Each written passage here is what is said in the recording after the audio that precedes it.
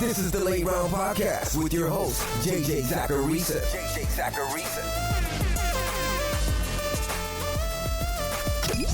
What's up, everyone? It's JJ Zacharisa, and this is episode 773 of the Late Round Fantasy Football Podcast, sponsored by FanDuel.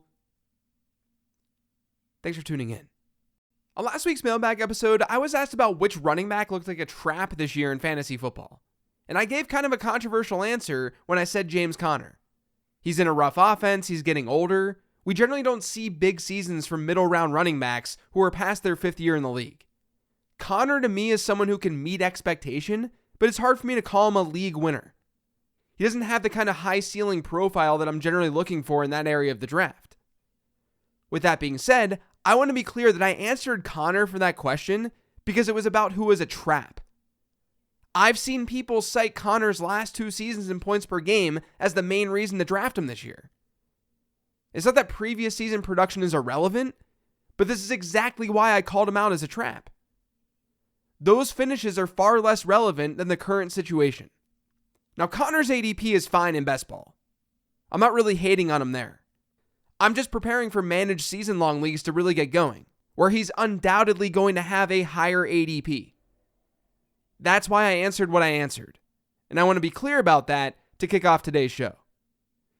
But today is a mailbag. Before I get to the questions, I want to remind you to go check out the Late Round Draft Guide.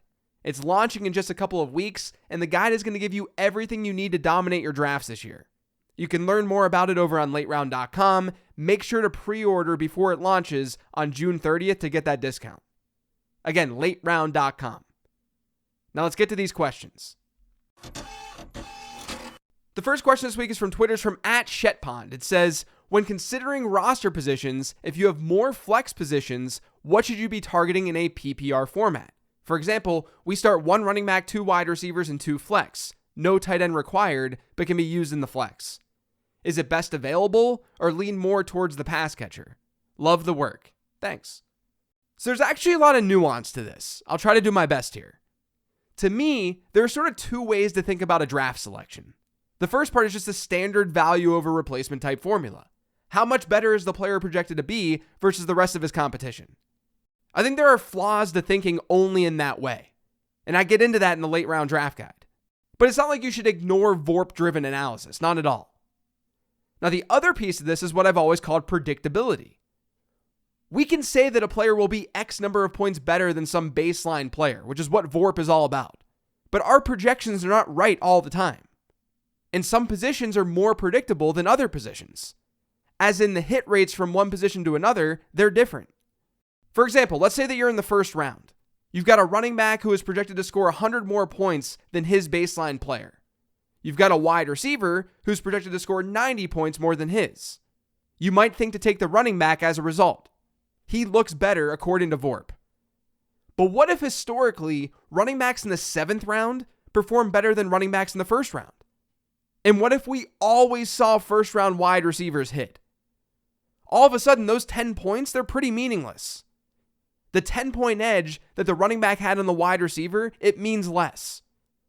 Because it's clear that the projection for that 1st round running back is going to be far more volatile than the projection for the 1st round wide receiver. So what I'm getting at is, from a draft strategy perspective, there are market trends that can help you increase your probability of hitting at each position. There are pockets of almost every fantasy draft where it's more advantageous to go with a running back versus a wide receiver and vice versa. And that's based on historical hit rates. What I can tell you is that in a world where we'd have perfect information, a world where the RB1 finishes as the RB1, the wide receiver 1 finishes as the wide receiver 1, you would want to go wide receiver heavy. Because wide receivers in full PPR leagues score more points than running backs do at almost every level. Since 2011, the RB6 has scored 17.9 PPR points per game, on average. The wide receiver 6 is at 18.4. The RB12 is at 14.7. The wide receiver 12 is at 16. Now, clearly, if everyone in your league goes wide receiver heavy, there's going to be times where it's more advantageous to go with a running back. But the draft guide, and I promise I'm not just saying this to sell more copies of that thing, but the Late Round Draft Guide seriously lays this kind of thing out. Overall, though, you'll want to go wide receiver heavy. You're going to want to have a lot of wide receivers in a full PPR league that features multiple flex spots like this one. This next question is from Josh from Patreon. It says, love your work, JJ. Thanks. After your talks about rookie quarterbacks and rushing quarterbacks, I'm a little concerned about Michael Pittman. Thoughts on him, and is now a good time to sell? So I really like Michael Pittman as a talent. Strictly from that perspective, I don't think you need to go out and absolutely sell him in Dynasty. Especially because this could hypothetically be his last year with the Colts. It's at least the last year of his deal. I don't think Indianapolis wants to part ways with him, but anything's possible. Indianapolis is one of those situations where having Anthony Richardson can end up being tough for their playmakers, yes. Like I talked about on those episodes, mobile and rookie quarterbacks are not good for their pass catchers and even their running backs. But Indy's coming off a truly pathetic season offensively. They were dead last in touchdowns per game last year. It's almost hard for them to be worse. And I think the fact that they have Richardson, it's starting to be baked into these players' ADPs. Both Jonathan Taylor and Michael Pittman. At least in these best ball drafts where everyone's going super wide receiver heavy. Taylor is fine where he goes. Even though I'm not super high on Michael Pittman here in 2023, he's actually fine where he goes too. At least in relation to other wide receivers. I do think the early market is doing an okay job at evaluating these players. Where I think we may find some value is when more casual drafts begin, and everyone gets excited about a player like Jonathan Taylor. I'm just not sure that Michael Pittman has the household name to get people to overdraft him, which is why I still think he's probably more of a hold than a clear sell.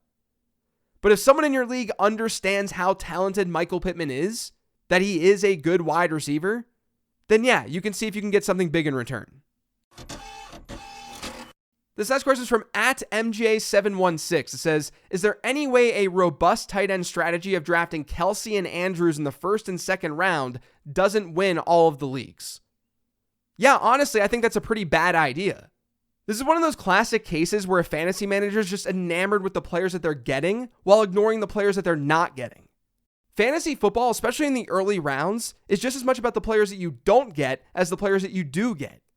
Which is to say that opportunity cost is often ignored by fantasy managers. The first 2 rounds of fantasy drafts have by far the best hit rates for both running back and wide receiver. It's not even close. So when you pass on those positions that early for not just 1 tight end, but 2 tight ends, the cost in doing so is massive. And the pushback would be, but JJ, I'll dominate the tight end position then. I'll be able to flex one of those guys. And then the rest of my league won't have tight ends to play. Okay, but the rest of your league now has a big advantage over you at more important positions in fantasy football. The positions where you're starting more than one of them. It's fine if you want to go after one of those guys. I'd prefer Kelsey given the stability and the upside. But going with both of them completely ignores the notion of opportunity cost. The only time you should do something like that is if you're in a league with 6 or 8 teams, where every team is going to be stacked. And you want to corner the tight end market so that you know that you're going to have an advantage there. Because in those leagues, you need to try to get an advantage at every single position. But in a normal 12-team league, I'm fine with getting 1 early round tight end, but I'm definitely not fine getting 2. This next question is from Patreon. It's from Utah Get Me Tua. It says, is stacking your quarterbacks with his pass catchers beneficial in dynasty leagues? So I get stacking questions almost every single week. I've talked about it before on the show, but it doesn't hurt to bring it up again. Stacking, as we know, is an upside move. In DFS, people are stacking because they're trying to win tournaments. When a wide receiver scores and you have his quarterback, you're getting those extra points. If the duo goes off in a game, then you're getting that correlation and scoring more points for your lineup.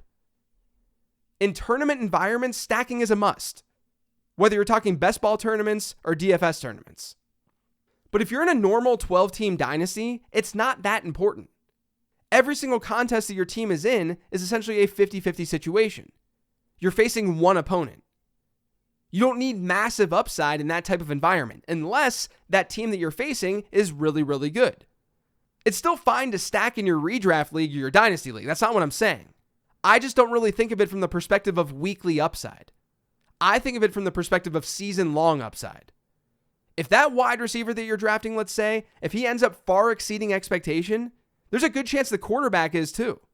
Or vice versa. If the quarterback does really, really well, then the pass catchers on that team, they're going to do really well too. And I chase upside all the time in my leagues. So from that perspective, stacking is good and fine. I'm not against stacking. I'm just saying don't force it. I see people make trades all the time that aren't beneficial for their team just for the sake of stacking. But when you're not in a tournament environment, it matters a lot less. The last question this week is an email. It says, "Hi JJ, sometimes we draft rookies when we think their sophomore year situation will improve. For instance, this year, Marvin Mims when we think Jerry Jeudy and or Cortland Sutton are gone, and Tyler Scott when maybe Darnell Mooney or Chase Claypool are gone. However, if they don't produce their rookie season while their circumstances are poor, can they truly break out? Your model punishes players who don't produce as rookies, like Jamison Williams and Khalil Shakir, giving them low second-year breakout probabilities. Is there any precedent for players who we know will have better sophomore situations and then truly break out later? Or is the practice of betting on year 2 actually heavily flawed? Thanks, Clay." So I think the first thing to note here is that no one should be strictly betting on year 2. I think in this question, you're making the assumption that these players buried on their depth charts have no chance of producing as rookies. Marvin Mims can still produce in year 1. With Khalil Shakir last season, the hope wasn't that he would just find a role in year 2. The hope was that he would perform well in year 1 because he was a good prospect. So if there's this idea out there that we should be betting on year 2, that we should be in our rookie drafts looking only at year 2, I don't think that notion is right. It's more of a combination of factors. Because in Dynasty, we're looking at 2 different aspects of player value. We're looking at actual production, which is what you're focused on here with this question, and we're looking at appreciation, or a player's value in the market. Those 2 things don't always line up. A lot of projecting goes on. If those 2 things lined up perfectly, then Bijan Robinson wouldn't be the top running back in Dynasty. He's yet to produce anything at the NFL level. In turn, you're looking for as many ways possible for a player to improve both in terms of production and market value. Of course, the number one thing that you're going to look for is talent. For a player like Marvin Mims, I believe he has it. For someone like Shakir, I thought he had talent. I still do to some degree. For Tyler Scott, there's talent there. None of those guys are like first-round studs. And we have to be cognizant of how low the hit rates are for day 3 players. But compared to where they were drafted, both in the NFL draft and fantasy football, these guys seem talented. So the hope here is not to just draft a player in your rookie draft who might have a better situation in year 2. The hope is to draft talented players who have a chance to emerge immediately and then who also have a path to even more volume during their second season in the league. So like I said, your question here is sort of assuming that a player just didn't emerge or show off his talent in year 1. Marvin Mims is a really good example. Of course, we're going to be more excited about him when he's not playing alongside Cortland Sutton or Jerry Jeudy. But he can still be good for a rookie wide receiver in that environment. It may be a little bit more difficult, but talent usually ends up winning out at wide receiver. The nice part for a player like Mims is that if he doesn't do a ton this year, there's still some hope if his situation improves. People will still be buying him. He won't completely be lost value-wise. And I know what you're thinking. Okay, JJ, but why not just take talented players who are in good situations? Well, you should. It's why I like Jordan Addison. He's talented, but he also has a good chance to appreciate in value this year because of his situation, because of where he landed. But for a player like Marvin Mims or a player like Tyler Scott, the market's generally going to give you a discount because of their immediate situation. So if you know that said situation might improve pretty quickly, then you know that the market may be overemphasizing the short-term situation that the player's in. I just think it's important to remember that we shouldn't be drafting rookies strictly for their year 2. I mean, you can do that a little bit more when you're talking like the 4th round of rookie drafts, like where Tyler Scott went. Because 4th round players aren't doing anything in fantasy football anyway. They're complete dart throws. Their hit rates are so low, so having that something extra can be helpful. But Scott is still someone that I view as talented. Marvin Mims, I think he's talented. I'm leading with that talent evaluation first and foremost and hoping that those players can do something during their rookie seasons. The fact that their situation may get better in year 2 just means there's even more room to appreciate. That's it for today's show, though. Thanks to all of you for listening. If you have subscribed to the Late Round Fantasy Football Podcast, make sure you are by searching for it pretty much anywhere podcasts can be found. And don't forget to follow me on Twitter at LateRoundQB. Now, before I let you go, I want to send some Father's Day love to all the dads out there. But a Late Round Fantasy Football patron wants to do the same. Sam sent me a heartfelt message about his dad who passed away a few years ago. His dad was, as Sam calls it, an OG fantasy football player. Sam remembers his dad manually scoring his touchdown-only leagues from the USA Today back in the 80s. Sam wanted to give back this Father's Day in memory of his dad. So he purchased 6 late-round draft guides to give out to anyone who may not be in the best financial situation to get the guide this year. So be honest about that. But if you're wanting a chance at the guide, head to lateround.com, purchase the late-round draft guide. Remember, it's the draft guide, not the prospect guide. And when you check out, use promo code DAD. That's DAD. When you do that, that's going to make the purchase free. And another thing, this discount code will not work until 1 p.m. Eastern on Friday the 16th. All the people on the West Coast aren't usually able to be part of these giveaways because all the guides are usually gone by the time they get to listen to the show. So when 1 p.m. Eastern hits on Friday, you can use that promo code to purchase the guide. Remember, it's DAD. So a big shout out to Sam for being awesome and for sharing a sweet memory about his dad. This is why fantasy football is the best. Enjoy your Father's Day weekend. I'll talk to you next week.